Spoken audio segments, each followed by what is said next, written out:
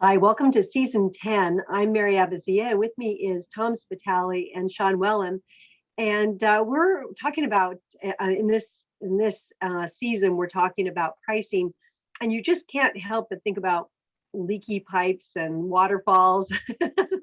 So we're gonna really bring this to life for you. Tom, do you want to kick us off with this? Yeah, the first two episodes of this season, we talked at an important but high level about pricing.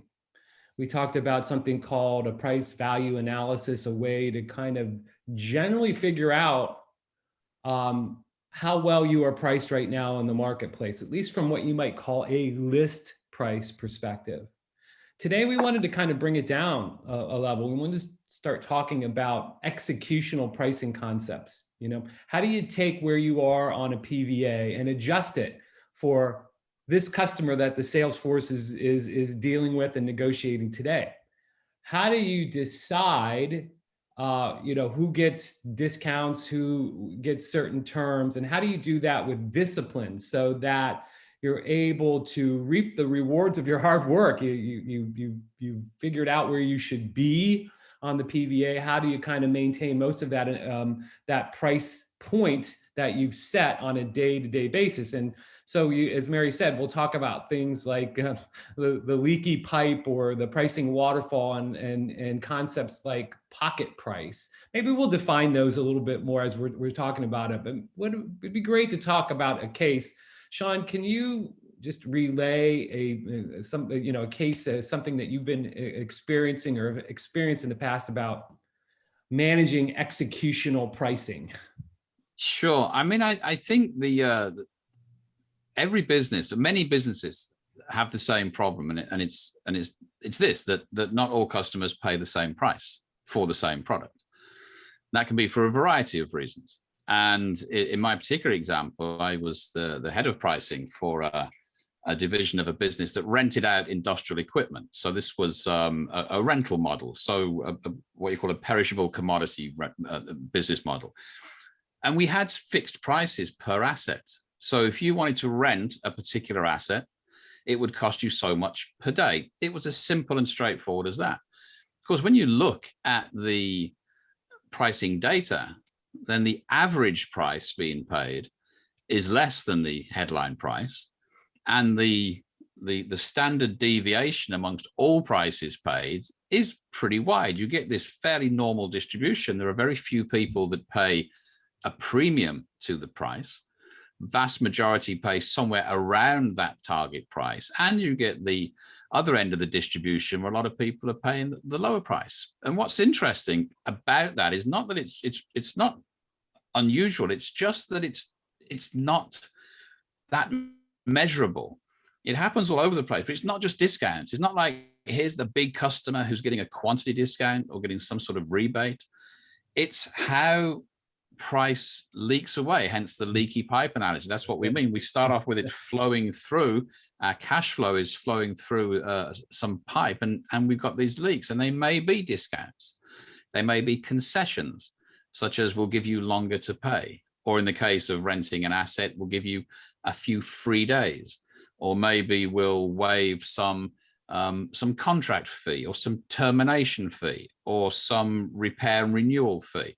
The more discretion you place out in the front end of your business, the harder it becomes to nail down that price. And I guess one of the things we talked, Tom, about starting this series with simple models such as the PVA, which of course has a single price point and a single fair value line, or rather I should say a straight fair value line. And we know neither of those things are actually true. And it can be a disappointment to realize your price is multiple prices that average out to a single price, and your fair value line is more of a squiggly curve than a straight line.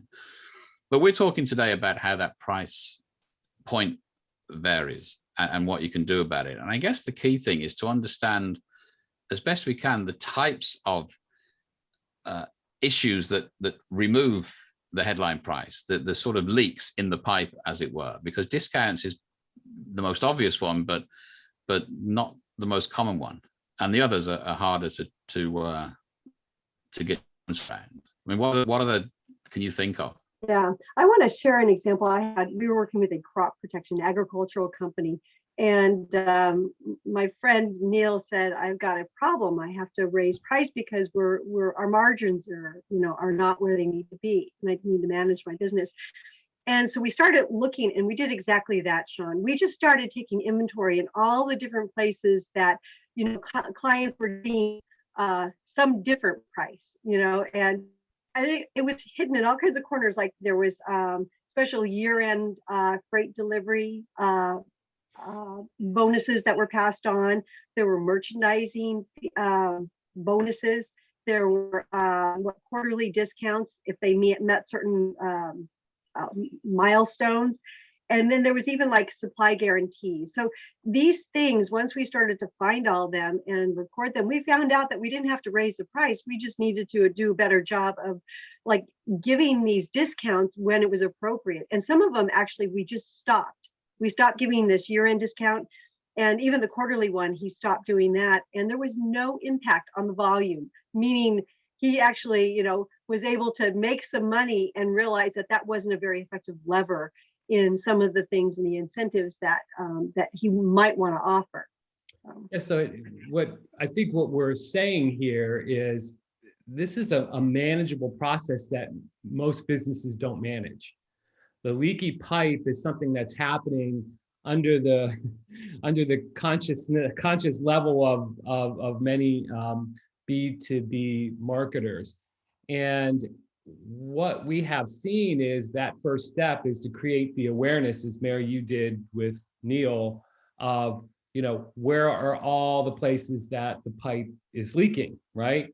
And what are all the leaks on the way from list price to pocket price. But then there's another step where you can step back and you can start to say, all right, do people even value these things, and do different people value different discounts? So maybe I don't have to give all of these discounts and allowances and credit terms to everybody. Maybe I can vary them based on what they want, what segment they're in, and maybe even what value that they have to our company, or potential value that they have to our company. Because it's true that, to bring in another analogy, the squeaky wheel often gets the grease in the pricing world. So it's the clients that negotiate hard, that make a lot of noise, that end up getting the lowest pocket price. And when we look at who they are relative to their long-term value to us, sometimes we say, I don't know why we're treating them so well. And we see other clients that maybe we aren't treating as well from a pricing standpoint as we should, given their long-term potential. I think also it's what's the cure for this? Because we talk about identifying all of the leaks and fixing them, but you can either look at it from the process and see what sort of things are costing us price. Is it free delivery? Is it a waiver of fees? Is it an informal discount or some freebies that are added on? Or is it straightforward discounting? And that's one way to approach the problem. But another way, from the example I gave at the beginning, is to look at the customers that are benefiting most from those price relief or price reductions, and ask yourself the question, is that deserving? Are they worth it? Is there a redeeming quality? Are we giving away price but enjoying massive amounts of volume? And when you find that you're not, or at least the cases where you're not, you have the opportunity to essentially fire customers. Now, you tread carefully. It's not something you take lightly, but if you have limited capacity, you want to make sure that most of the customers you can serve are paying something approaching a reasonable, profitable price. And if you can actually focus on the customer, not just the problems causing the discounts, but focus on which customers are benefiting the most, you have that option as well, which is something we did. We said we're just not going to supply those bottom 10% of customers that appear to be having huge discount for no benefit. And we'll reinvest our time and effort into customers that will pay at least the median price.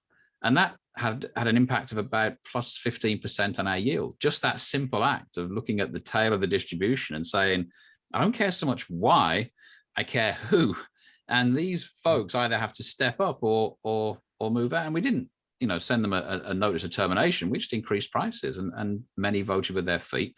Surprisingly, or maybe not, a lot of them stayed for the course, proving, I guess, that the discounts weren't having any positive effect at all.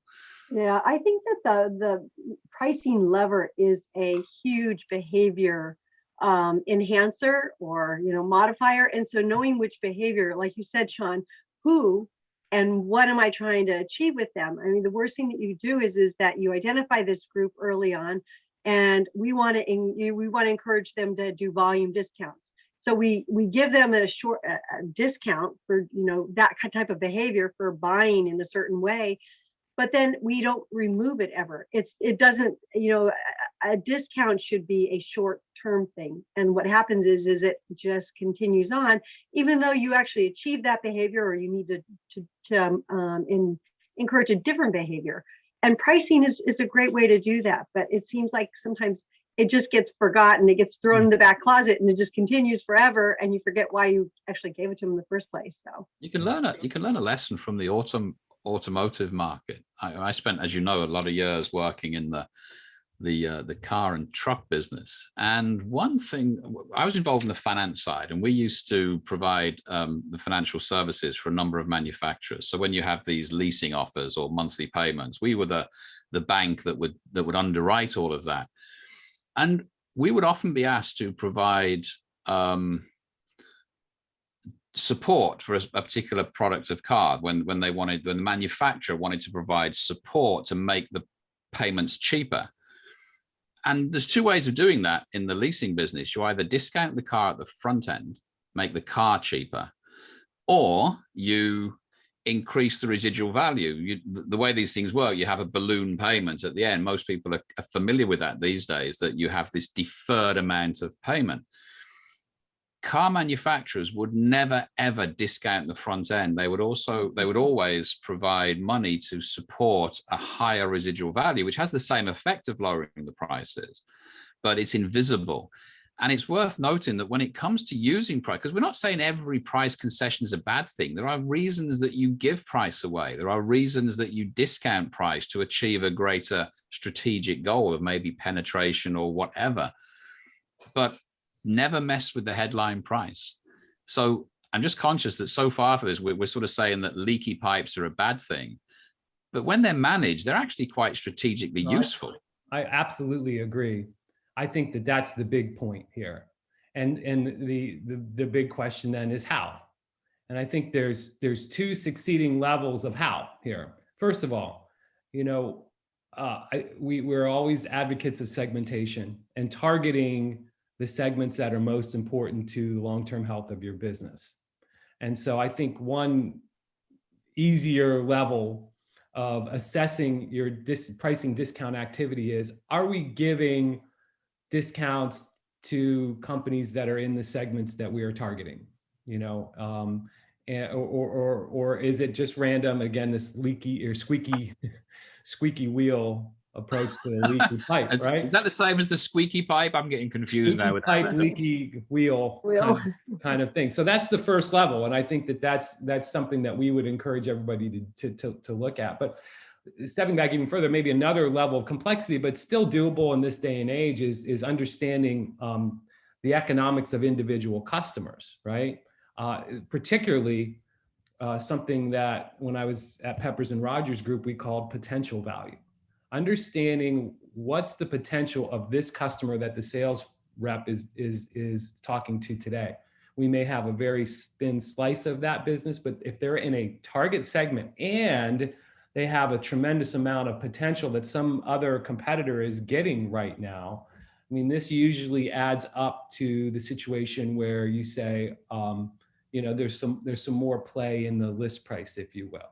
And I think when companies start to have this kind of guidance and collaboration between the pricers and marketers and the sales force, this is when they begin to manage that leaky pipe and use it, as you're saying, Sean, as a force for good, letting the pipe leak, where it's appropriate, but stopping it up, where it shouldn't be. Yeah, you've got to manage it. And I think also that it's not, as we said, it's not always a a bad thing. But with the power of changing your price through direct discounts or through other concessions, you also have to understand the timing element, depending on the business you're in. I know we're going to spend some time talking about pricing models in the future, but just briefly, you think of the airline model. They would rather fly a plane with empty seats, guaranteeing zero revenue for that particular asset, which is a seat being flown through the sky. They would rather do that than sell it at a marginal price just to cover the incremental cost of the minor amount of fuel needed to carry another person and their luggage in the air. And well, these days, not even the meal and the drink, because none of that's free anymore. And that's obviously, Tom, I know you fly first class and private jets, but for most of us, it's not as much fun anymore. If only. But you don't, even though logically, would you rather have zero revenue on this fixed cost asset, or at least have some contribution to margin? And the answer is, I'd rather have zero, because you set a precedent. Because if you send the message to the market that just wait until the 11th hour and the discounts come tumbling in, the airlines figured out they're better off saying, no, the only people that need to travel at a minute's notice are business folks, or people that need to be somewhere.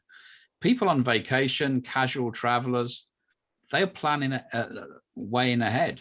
So you can maximize. And I guess the point is, it's never that simple. Understanding the levers and the tools and the leaks in the pipe, you also need to have a really good strategic sense of what that does to your entire market, because no pricing is asymmetric. It all gets visible at some point, and you have to manage that too. I think that I love your example of the airline, because most industries, when something's ready to expire, milk, cookies, all that stuff, the price gets lower. But the airlines is the one, as you get closer to departing, you actually have to pay a higher price. And that's because they figure out that those are a segment of business travelers typically that are booking last minute. So their value, their perceived value is a lot higher. They'll pay that price, that convenience of being able to book things at the last minute. So it is opposite of what you would normally think about expirations, but it's a cool example of, if you know what you're trying to incent, you can actually use the pricing and these types of discounts to your advantage. We had mentioned waterfall. So we've talked a lot about the leaky pipe, which is you start with a price that you think is like the list price. And then there's all of these things that we've been talking about, discounts that happen along the way, or concessions, and the pocket price is what comes out. And that's similar with the waterfall. Waterfall is a McKinsey concept that starts out at a certain price, and then as you see the discounts that are being given, you end up with a certain amount. We call that the pocket price again at the end. So just to be clear on some of the words that we were using. Tom, anything else to add? That this is a manageable process. It's not easy, but this is a manageable process, and when it's managed well, it actually alleviates a lot of the tension between sales and marketing. Marketing has this beef with sales often in many companies. It says that they just give away price. When it's managed correctly, when that PVA list price is explained to the Salesforce, and then the two functions collaborate on when and how much you move off of that PVA price, we've seen a level of collaboration that not only yields better pricing, but actually better relationships between the sales and marketing folk. Yeah, Sean? Yeah, I think we've highlighted price is not a simple concept. It's the core of a business. It's the value capture part of the business, which is arguably what a business is all about. And it's volatile, and you need to manage it. But if you can, and if you do, and it's aligned with your strategy, you will reap the rewards. It's not a bad thing to be curtailed. It's a positive thing to be managed. And management starts with understanding all the levers, all the possible leaks, and the cause and effect. What does this get me? And what does this cost me? And all of that makes pricing perhaps the sharp point of strategic execution. Wow. Thank you for joining us. We hope that you enjoy these. If you do, we have a lot of seasons and episodes that you can find at theaccidentalmarketer.com or anywhere you get your podcasts. And we always love to hear from you. Thank you. Thank you. Thank you.